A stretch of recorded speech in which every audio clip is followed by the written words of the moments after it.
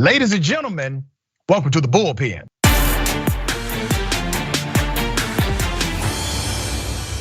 In the Bullpen today, I have Mr. Christian Watson, spokesperson for Color Us United and host of the Pensive Politics podcast. Christian, good day. Thank you for being on the show. Thank you for having me, Dr. Richey. I appreciate it. Absolutely. I don't want to presume what you know or believe about critical race theory, but we're going to talk about it, debate it here on the program. What are your thoughts about critical race theory and your alleged connection that it has to education in America, K through 12?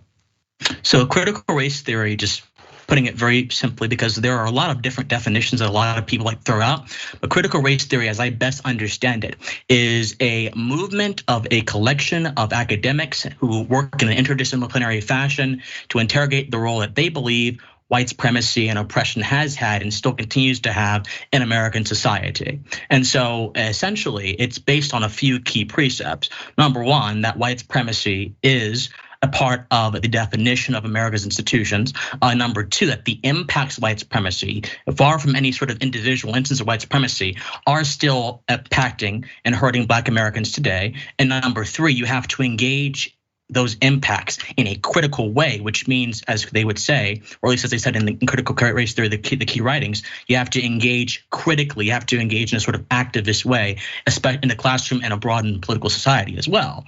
And so this is really being pushed in education, or at least many of these principles, I should probably say, are being pushed in education by the 1619 Project. Now, when many folks hear this, they're like, well, this is nonsense, it's fear mongering, but it's not. Look at what Nicole Hannah-Jones has said in the essays that are within the 1619 Project curriculum and in her own personal statements. She said that slavery is foundational to America, that the editor for New York Magazine actually said that he wants to reframe history to a Black narrative, which puts slavery at the sort of forefront and the emphasis of what America is about. I mean, there are plenty of other essays in the curriculum that kind of do indict America's moral character. So I think that critical race theory principles are most certainly being used in a way that I think is not really appropriate for the classroom. So let me go back to your original definition and understanding of critical race theory, because you go to some degree and then you don't go to the rest. Critical race theory does not mandate that you become an activist. That's not part of the lexicon of the theory.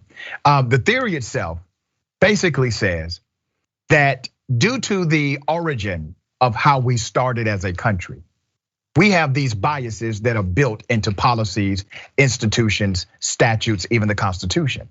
Remember, the Constitution said at one point we were 3/5 of a person. The Declaration of Independence said that Native Americans are savages in the language of the Declaration of Independence. And then there are current modern structures that exhibit this same racial dynamic, where the disparity is connected directly statistically to a race variable. And you have to deconstruct that model, you have to reverse engineer that model and figure out where in the policy is it getting it wrong. Now, when you talk about K through 12 education, brother, you are well aware that critical race theory is not taught in K through 12 education. You know that. Well, as I said, no one's reading Delgado, no one's reading Crenshaw, but I'm saying that critical pedagogy is a method that is being endorsed, especially by the curriculum of the 1619 Project, to teach certain concepts. I think that's a self-evident fact. Okay, so let me correct you on something. It's pedagogy, and the pedagogy that's being taught, that's an educational style. That's a method of teaching. So a theory is not really pedagogy. It's your method of connection. Go ahead. So the theory itself is implemented. So pedagogy is simply the way that the theory is implemented in the classroom. So even though critical race theory itself. So explain that to me. Explain, how do you make it critical race theory when it's not critical race theory that's being taught? How do you connect the two? I think you're kind of moving the goalposts here, Dr. Richey, respectively, because I never claimed that critical race theory itself, Delgado, Stefanik, Mary Matsuda, Crenshaw, they were being taught to K through 12 people, because they're not. I'm saying that the methodology and the principles of critical race theory are being taught, at least in the 1619 Project and across America. And I think that's you say that you were a victim of critical race theory. I think so, yeah. And when were you a victim of critical race theory? So again, I was using critical race theory as a proxy for its methodology. But that's not what you said. You said you were a victim. I read it, brother. I did the research on you. You said you were a victim of critical race theory. And I was quite clear about what I meant. Yes, I was quite clear about what I meant. So for example, when were you a victim? I partook in collegiate debate. And collegiate debate, there's a few kinds of collegiate debate. There's policy debate, there's national parliamentary debate, and there's other kinds, there's British parliamentary debate. And in almost all of the debates, particularly in policy and in national parliamentary debate, a lot of people use critical race theory arguments. Not only that, but many of the debate judges themselves are not only sympathetic, but formally critical debaters. It's not like critical race theory is simply being used sparingly by people as a wide array of arguments. No, critical race theory actually informs the structure of collegiate debate, whether it's terms like critique or what have you. Crenshaw has been quoted several times, Derek Bell, and the idea of sort of Afro-pessimism, that's been quoted several times. Excuse me, Frank Wendelson, and the idea of Afro-pessimism, that's been quoted several times. So yeah, and because of those ideas that were dominant, I was not really accepted and allowed to be in collegiate debate by people. Well, I was allowed, but I wasn't really accepted by folks. And a lot of my arguments were considered to be offensive and ignoring lived experience being the core function of actually what critical race theorists believe. If you look at Words That Wound, Matsuda, Crenshaw, and Stefanik, and all of them say in their section where they define critical race theory that we use lived experience as a means of disrupting the narrative that ignores, Black folks and their experiences. So yeah, I was kind of a victim. Let me help you. First of all, brother, you are not a victim of critical race theory. Critical race theory is a theoretical and an advanced theoretical framework that poses a question and a framework for analysis. Nobody's a victim of that whatsoever. And you learned it in the right context. If you were engaged in critical debate in a collegiate atmosphere, that is the right atmosphere, that is the right societal construct in order to learn an advanced theoretical framework, no matter what that framework may be. But all theoretical frameworks pose a question and a concept for analysis. I know you're well aware of that. You are no victim, sir. Let me bring to your attention some elements in modern society that I would like you to answer without using critical race theory. Okay, let's do that. Very well.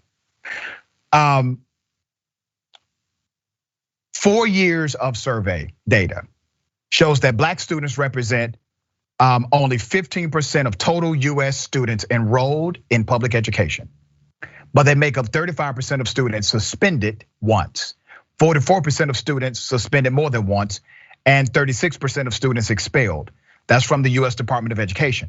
They also found in their research that this disparity is not explained by more frequent or more serious misbehavior by other students, meaning their behavior was comparable to white students. However, their penalty was much more severe. Let me read you another one. And by the way, I like to always source my data. You can find that US Department of Education, Office of Civil Rights. The New York City police officers were surveyed based on their stops. This was a survey after the fact. So this is not a lived experience survey. This is an actual data analytical survey. The data analytical survey showed that New York City, 88% of police stops involve Black and Latinx people, while 10% involve white people. Of those stops, 70% were completely innocent. So the data doesn't even justify them targeting Black and brown individuals. Another one, and you can find that information, New York Civil Liberties Union, stop and frisk data. Black women are 3 to 4 times more likely to experience a pregnancy-related death than white women, even at similar levels of income and education and health. You can find that data, the National Partnership of Women Families study. The next one, on average, Black men in the US receive sentences that are 19.1% longer than those of white men convicted of the very same crime. You mean to tell me that I get 20% more time if I'm a Black man convicted in America than my white counterparts and we are convicted of the same exact crime? There's another one. On average, in the US, Black individuals are twice as likely to be unemployed as white individuals with the same exact background as their white counterparts. That's another data stat. You can find that at the Poverty Action Lab. I'll give you one more. One study found that job resumes with traditionally white sounding names received 50% more callbacks than those with Black sounding names. And they did this over and over again. They submitted the same education, the same experience, changed the name from Abdul to John, and all of a sudden companies started calling them back. Sir, those are dynamics of systemic bias implicit or hyper-aggressive racism that must be examined? Tell me, how do you back engineer that? How do you examine it without the use of critical race theory? Well, first of all, so critical race theory, let's be clear about what it is, as we have been doing with this conversation. It is indeed a framework which would look at all of those things, and it wouldn't actually, what you're doing, Dr. Rich, you're actually kind of trying to interrogate a little bit. And words that wound, all of the critical race theorists, particularly Matsuda and Crenshaw and all of them who wrote that book, they're very clear that they actually presume that all racial disparities must have racist outcomes. And there is a conversation to be had about that, but it is not a conversation that can be scientifically approached if we are assuming that all racial disparities or all disparities, in any area must be racist because they are adjacent to racism. This is the flaw that I think Kendi makes how to be an anti-racist. But to answer a few of your examples, for example, the education thing where black kids are punished more at public school. Again, I think that if we look at something that is black adjacent and all automatically say this is anti-black, we're endeavoring in a sort of an association fallacy. Well, tell me, what do you think it is? If you look at charter schools, for example, many charter schools, black Americans actually outperform their public school peers, whether it's in college readiness, whether it's in subject readiness, and also whether it's in conduct as well. But when you have people pushing charter schools and more broadly school choice in certain areas like Chicago, what happened in Chicago was the superintendent of some of the schools and the teachers unions actually went against it. You're trapping black youth into a certain environment. So you should probably, instead of just looking at race as the only factor, consider, okay, how does that particular school treat certain kinds of infractions? And how might that impact, what that individual is doing? How is that individual's home life? All I'm saying is that it's important in any given situation, not to simply look at the surface, but to do what Plato said and inquire and interrogate the relationship between knowledge and opinion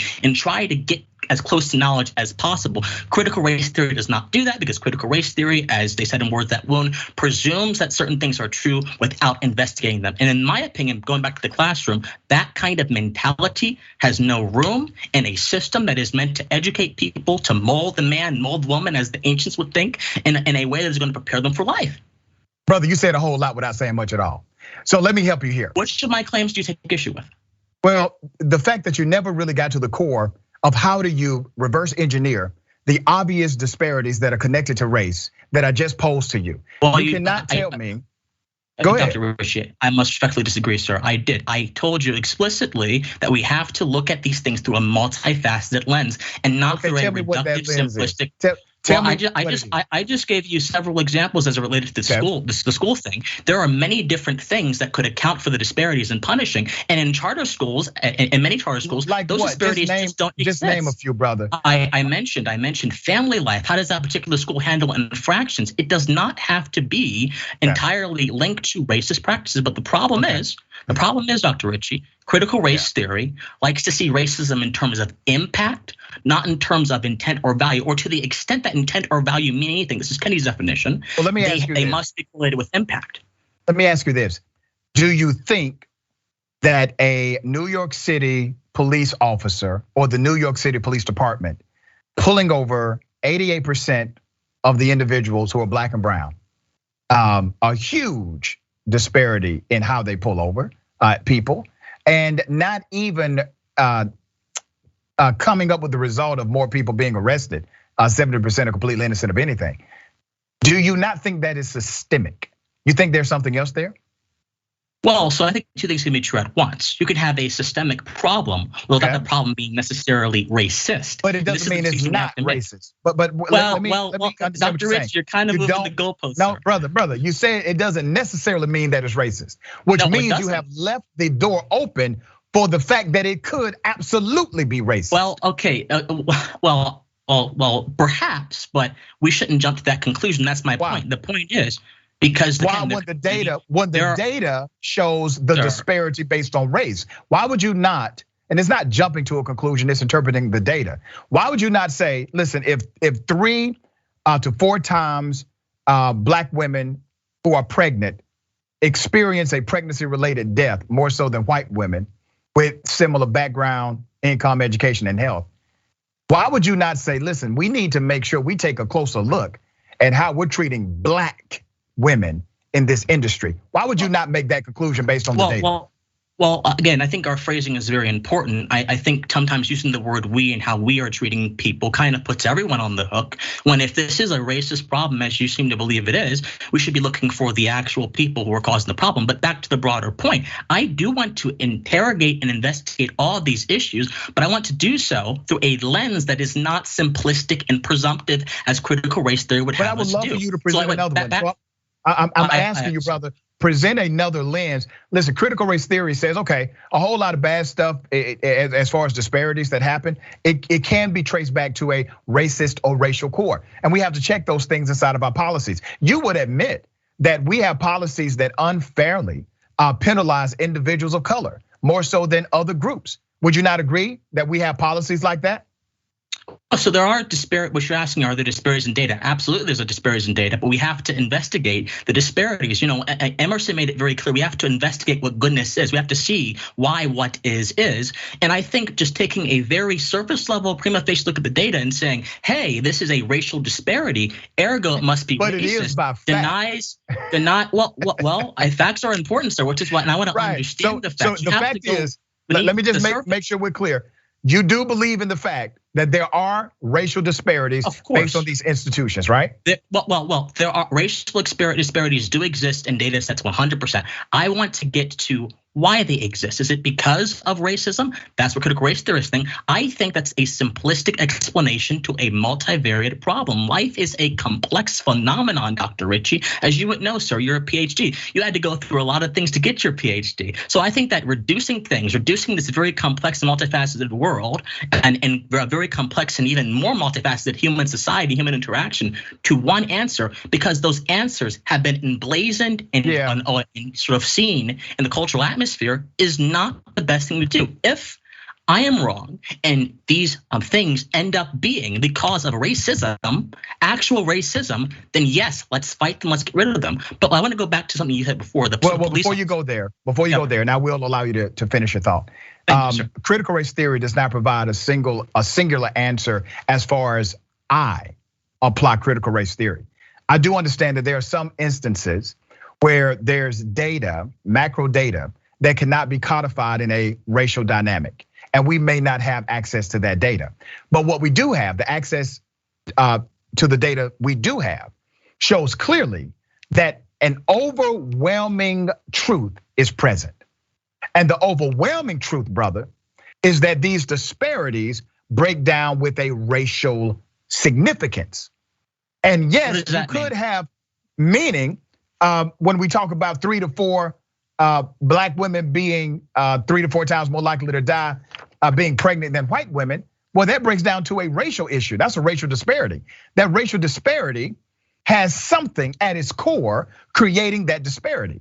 You have to investigate it. You're saying that it may be something else, but I'm telling you, you got the data. At least start there is my point. If you're not willing to start with what the data has concluded, you will never get to unravel the other lenses that you're talking about. And I'm with you, brother. I get it. You're saying let's be multifaceted. Let's make sure we have various lenses in order to examine these things. And you do. You need it from an equity standpoint. You need it from a gender bias standpoint. You need it from all of that. Okay. Wait a minute. You don't believe gender bias exists? Well, Dr. Richey, I didn't say that, sir. But you don't believe gender bias exists?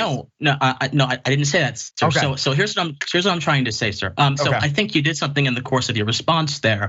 So you said that the disparity reflects a problem, a racial problem. But as far as I can see, the line of your reasoning doesn't satisfy how that problem is racist. We haven't gotten there yet. Yes, that's correct. A racial disparity does have a context within the context of race because it is being measured by race. So when we measured black women and the disparity between white women, that is something that is being measured by race. But that goes from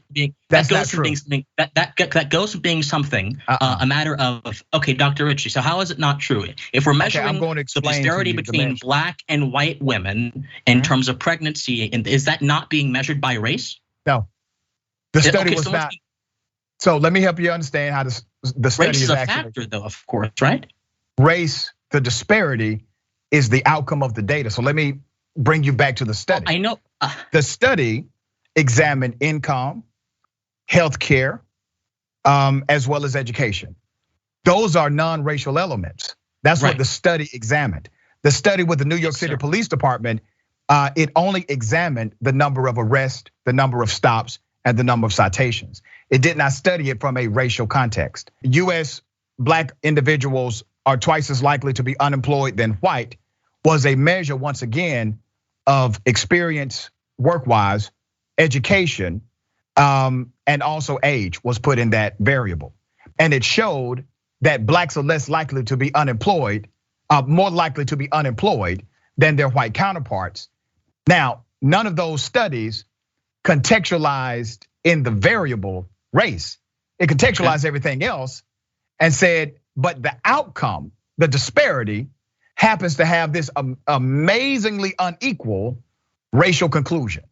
Okay, well, we can agree that race is indeed involved in understanding the disparity as a whole, right? We can agree on that premise. Okay, very good. All right, so when we go beyond that, though, you said a few moments ago, and we kind of have gone a lot of different ways this conversation. But you said a few moments ago that it is important to recognize the disparity exists, and we agree on that point. The disparity does exist, but it's also important to investigate the reason as to why the disparity exists, and we actually agree with that point. But when you said different lenses, you mentioned gender bias, race, equity, and Dr. Richey, respectively. I don't think that if an inspector goes into a house and just looks inside the house, never looks outside the house, that he's actually really inspecting the entirety of the house. So the house of critical race theory and critical, pedagogy and critical concepts include the idea of equity, include a sort of emphasis on gender bias. And I don't think you can actually interrogate and inquire into ideas when you're staying within a single ideological framework. It's anti-intellectual. All intellectuals need to go outside their framework and question themselves. Introspection and self-challenge are the basic precepts of how we acquire knowledge of the world, sir. So, respectively, I think all of those things you mentioned, equity, gender bias, they can be a part of a broader analysis, but the broader analysis must exist outside of a single umbrella, which is what I think only having those things you mentioned would put us under. So let me push back a little bit on that. And by the way, I appreciate you being on the show. I'm happy to be there are multiple theories that coexist. Some of them actually overlap. Grounded theory, one of the theoretical constructs that I used for actually my second doctorate. I used grounded theory. That's not the only theory that I would subscribe to, right? Okay. To explain or analyze or compare data. And now you have to look at it from two data concepts: qualitative comparison, which is your social comparison, and then quantitative comparison, which is your analytical research numbers heavy comparison. We're looking at this data through those comparative models. And when you look at the data through those comparative models, you're not starting with a racial core. You're ending with a race disparity conclusion, but you're not starting with a race dynamic. Now, here's what I hear you saying. I hear you telling me that it could be race. It's on the table. That could be one issue. But you're saying it could also be other issues as well. So here's what I propose to you, brother. Because I've read what you have placed out there on social media, and I think you're doing the conversation a disservice because you know that critical race theory should be included in the lexicon of theoretical frameworks or even practical analysis.